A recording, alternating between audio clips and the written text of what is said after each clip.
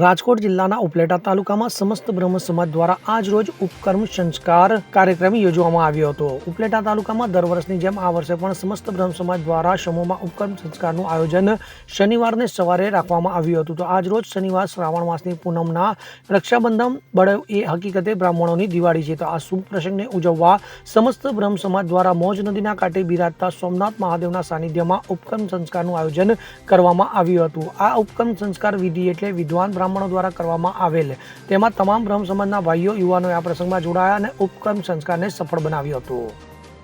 ઉપલેટા સમસ્ત બ્રહ્મ સમાજ દ્વારા ભગવાન સોમનાથ મહાદેવના સાનિધ્યની અંદર મા ભગવતીના ગાયત્રી દેવીના સાનિધ્યની અંદર આજે ઉપલેટા સમસ્ત બ્રહ્મ સમાજ દ્વારા એક સમૂહ યજ્ઞોપવિત ધારણ કરવાનું અને ઉપાકર્મ જે વેદોક્ત રીતે અને પુરાણોક્ત રીતે જે શાસ્ત્રની અંદર બતાવ્યું છે એ જ પ્રમાણે આજના સમસ્ત ઉપલેટાના ભૂદેવો આજે સોમનાથ મહાદેવના પટાંગણની અંદર એકત્રિત થઈ અને વેદોક્ત રીતે સમૂહ જનોય બદલાવાનું એક સુંદર મજાનું આયોજન કરેલું છે.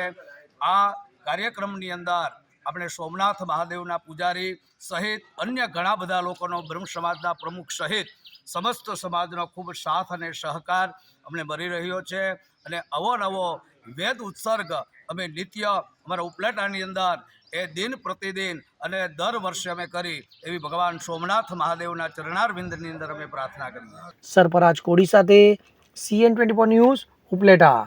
હવે જુઓ દેશ દુનિયાની તમામ ખબરો તમારી આંગળીના ટેરવે. ઉઠાવો મોબાઈલ અને Google Play Store પરથી ડાઉનલોડ કરો અમારી CN24 ન્યૂઝ મોબાઈલ એપ.